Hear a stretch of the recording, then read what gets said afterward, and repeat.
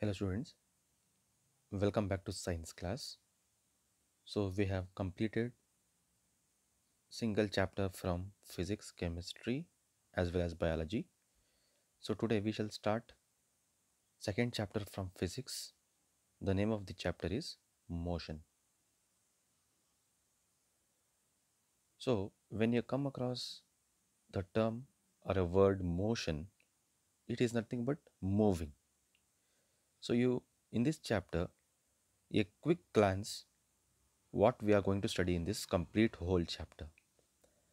So first we will be studying about translatory motion, next rotatory motion, next rectilinear motion and curvilinear motion. So these are the few topics which we are going to study in this whole chapter. Okay, so you can see here a boy is kicking a ball. You can see a spinning wheel which is spinning. So a person hitting a ball is nothing but a translatory motion, or a spinning wheel is a rotatory motion. Motion of particles in a straight line is rectilinear motion. Particle moves along a curve is called as curvilinear motion. So all these topics we are going to study one by one in this chapter. First, let us see what is rest position. When the position of a body does not change with respect to its surroundings and time, the body is said to be at rest. Like, for example, if you are pushing a wall, so will a wall move? No, it does not change its position.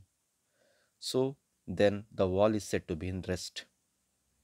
If you are hitting a ball hardly from your leg, then the ball moves. Then we tell that it is not in rest. Any object which does not change its position with respect to time is called as rest position. It is not moving. Then, what is a motion? When the position of a body changes continuously with respect to the surrounding and time, the body is said to be in motion. Like, for example, if you have a cartoon box, if the weight of the box is less, if you start pushing that box, then it will move. If it has moved with respect to time, then the body is said to be in motion. That is moving. Motion is nothing but moving. If an object have been moved, then it is said to be in motion. If the object remains in the same place, then it is said to be at rest. Motion and rest are relative terms. That is, they are related with each other. No object in the universe is in the state of absolute rest. For example, trees are at rest for a person sitting on the platform, but they are moving with respect to a person sitting in a train. So, according to science, each and every object in an universe is said to be at a state of absolute rest. No object in the universe is said to be in the absolute rest. For example, if you stand in front of a tree or if you sit near a tree, then you tell that the tree is not moving. In the same case, if you are traveling in a train, then you see that from a window, if you see, then it seems that the trees are moving. I think you have observed this. Similarly, on the earth, we are at rest with respect to one another, but we are in motion with respect to the sun. Okay, so I think you have understood this sentence. So, on the earth, we assume that we are at rest position, but in respect to the sun, we tell that it is moving. Sun is moving. Even when you are sitting on or standing, the blood is moving through your arteries and veins. Air is flowing in and out of your nostrils and your heart is beating. Therefore, moving objects are an integral part of our life. So, even if you're sitting, standing, sleeping, your blood starts moving in your arteries and veins. Even if you're sleeping, also, you breathe. That is, air comes and goes inside the nostrils. Therefore, moving is an integral part of our daily life. What are the different types of motions? So, when we come across the term motion, so we can see that there are different types of motions.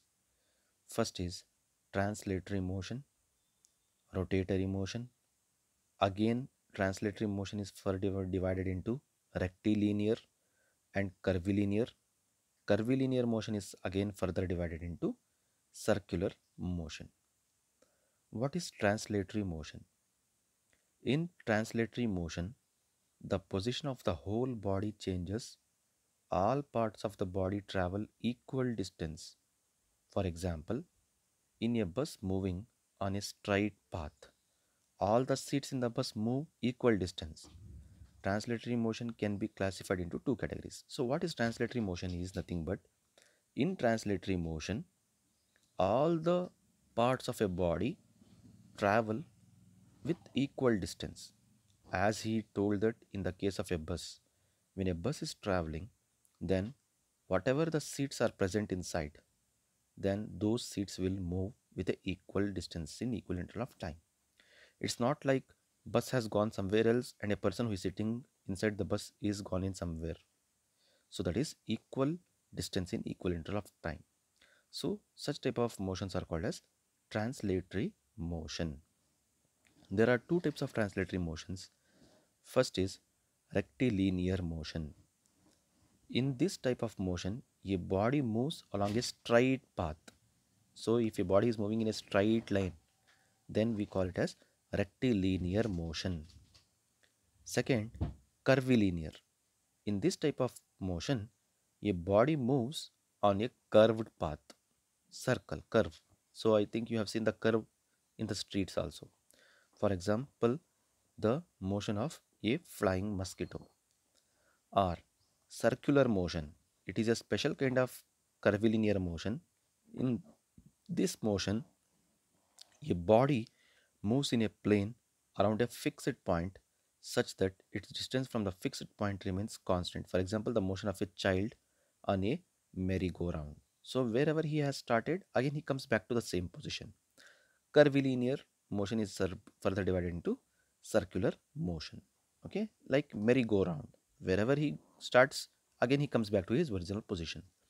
So these are some of the types of motions where we are going to study. That is translatory motion. Translatory motion is divided into rectilinear and curvilinear. Again, curvilinear is subdivided into circular, or you can call it as it has been circular motion. Three types of divisions. Now, motion can also be classified as a periodic and non-periodic. What do you mean by periodic motion? A motion which repeats itself after equal interval of time is called as periodic motion. That is, the example for this is the motion of a swing. A motion which repeats itself after equal interval of time is called as periodic motion. For example, the motion of a swing.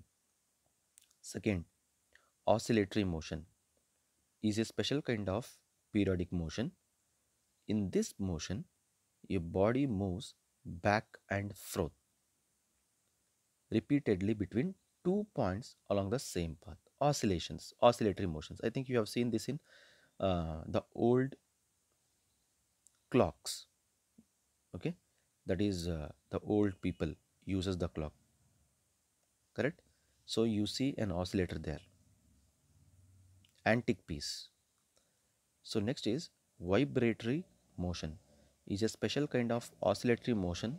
In this motion, a body moves back and forth repeatedly between two points very quickly. For example, the motion of the wire of a guitar produces sound.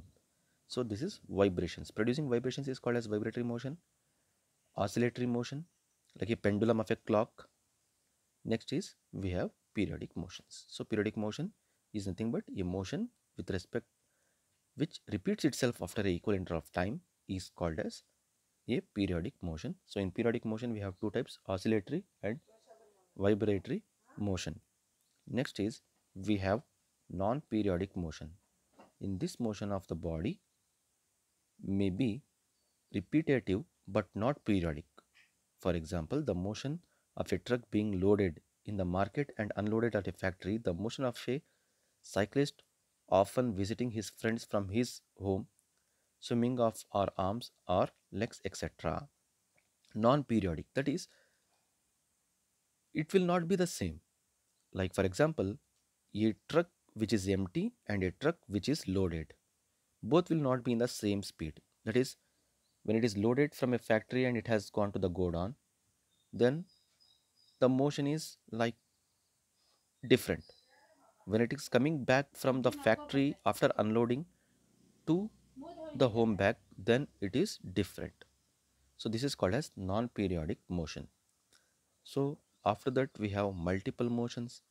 A body can have one or more motions at the same time. For example, a car moving on a straight bumpy road may have linear motion, but its wheels describe rotational motion and its strings describes vibratory motion. That is multiple motions at a time.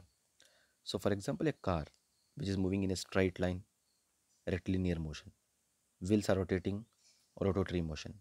If there are any strings on that, if it is vibrating, vibratory motions. So multiple motions in a single suspensions. So these are called as multiple motion. So these are some of the important topic about the different types of motions in a physics. Okay, so we shall study about this in a detail in the next class. So please note down all the topics. So I shall send you the slides. So open the slides and copy down the notes.